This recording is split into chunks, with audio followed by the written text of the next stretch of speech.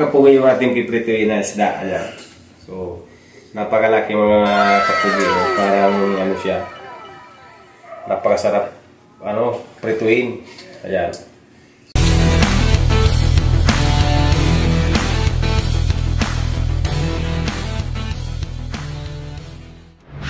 Kapugi yung ating piprituin na isda. Ayan.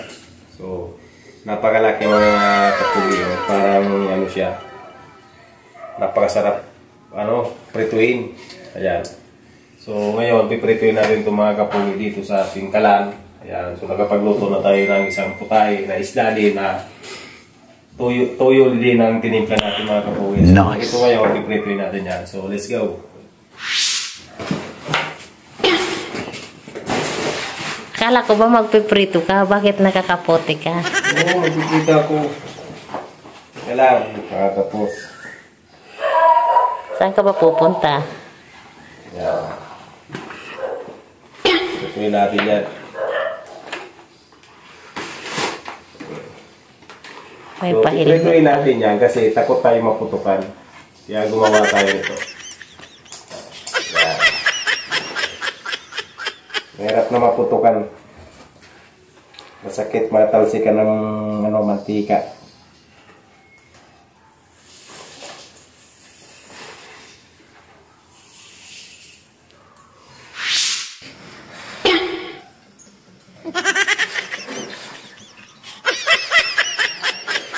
Sabi prituin ito natin mga kapugi. Mayroon na tayong dipinsa, di na tayo matatakot.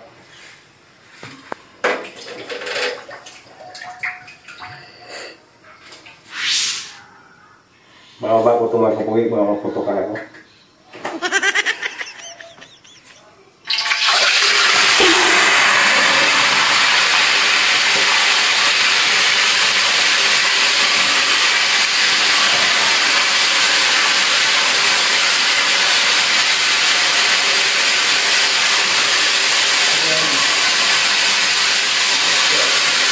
Meron ka tayo eh. Pakita ko sa'yo eh. Ayan eh. Ayan na sinisda natin. Oh. Diba? Hindi tayo takot puputukan na ito kasi nakalimit tayo. Ayan, so tago natin ba pinutot.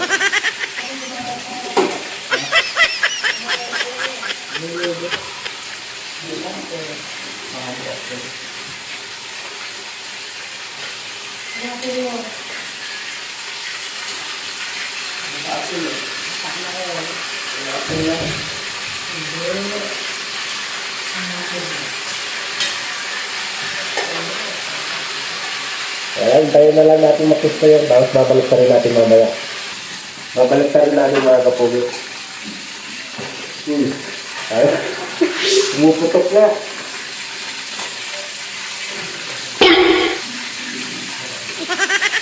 Umuputok yung balik pa rin natin.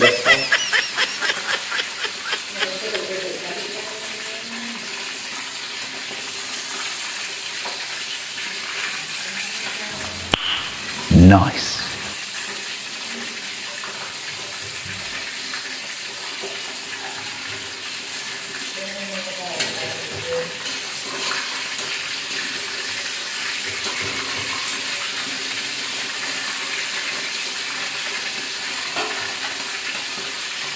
Umuputok.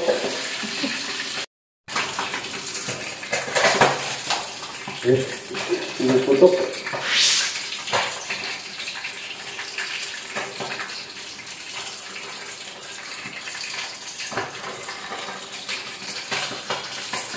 Ano natin ba?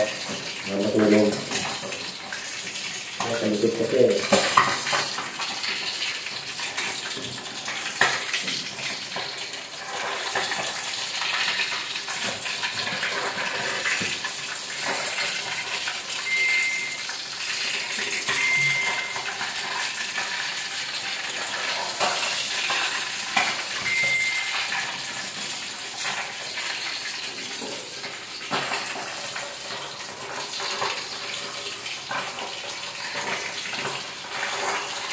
Hirap tanggalin mga kapugi.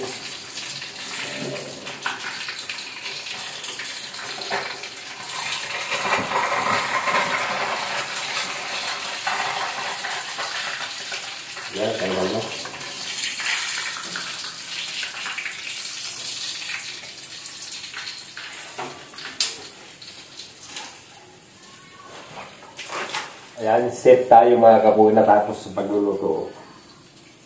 Hindi tayo naputukan.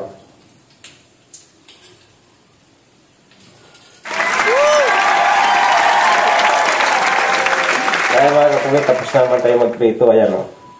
Napakasarap nito mga kapugi. So, gagawa tayo ng sausawan.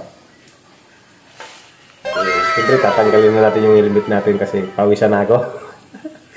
Mga kapugi, tapos na naman tayo sa pagluluto. Ayan, so nagluto tayo ng pritong isda. So, success tayo mga kapugi, hindi tayo naputukan. Ayan, pumuputok-putok siya kanina pero hindi tumatama sa ating balat. Ayan, kasi nakakaputo tayo mga kapugi. Ganun ang magprito mga kapugi. Ayan, ay.